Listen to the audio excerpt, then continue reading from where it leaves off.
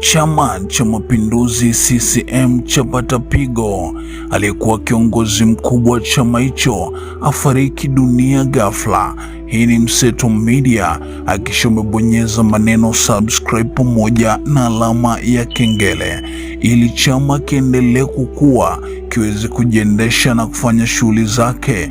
Ni lazima kiwe na viongozi wa nafasi mbalimbali. Kwa mfano, Chama cha Mapinduzi CCM kina viongozi kuanzia nafasi za chini kabisa za tawi, mtaa, kata, wilaya, mkoa na mwisho viongozi wakuu wa kitaifa, na wote ushiriki katika kuhakikisha chama kinakuwa na shughuli zake zinakwenda. Sasa taarifa zotufikia ambazo sio nzuri kwa Chama cha Mapinduzi ni kwamba alikuwa kiongozi mkubwa wa nafasi kubwa wa chama hicho afariki dunia. Taarifa ni kwamba aliyekuwa mwenyekiti wa Chama cha Mapinduzi sehemu wilaya Ilala, Ubaya Chuma, amefariki dunia ghafla.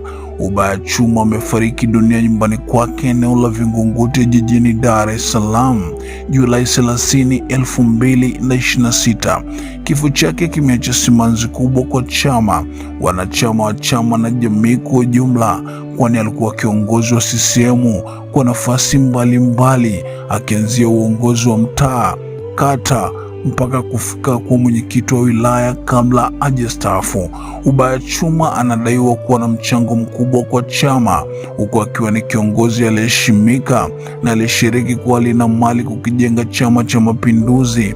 Pia ni kiongozi aliyehudumu kwa muda mrefu katika nafasi ya mwenyekiti wa CCM wilaya Ilala, na alihusiana kwa karibu na wanachama wa chama hicho katika kusimamia shughuli za kisiasa na kijamii.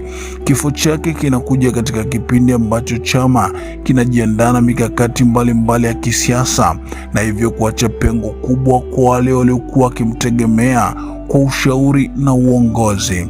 Kifo chake kinaaminika kuwagusa viongozi wengi wa CCM, kuanzia viongozi wa kitaifa, mikoa, wilaya na kata, pia kwa kumpoteza mmoja ya kiungo muhimu katika kukijenga chama. Vilevile kifo chake kinaaminika kuwagusa wazee wastaafu, akiwemo Mzee Makamba, Mzee Kinana na wengine ambao kiongozi huyo aliyefariki alikuwa karibu yao, akienda kuchuma ushauri na busara. Jamii na wanachama wa Vingunguti na Ilala kwa ujumla wameonyesha pia kuguswa na msiba huu, huku wakiendelea kufika nyumbani kuungana na familia kutoa salamu za pole na rambirambi.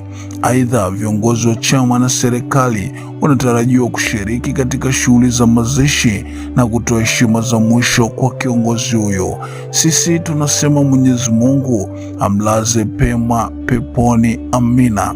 Na wewe waweza andika maneno yako hapa chini ya kumtakia mwisho mwema. Hapa ni Mseto Media.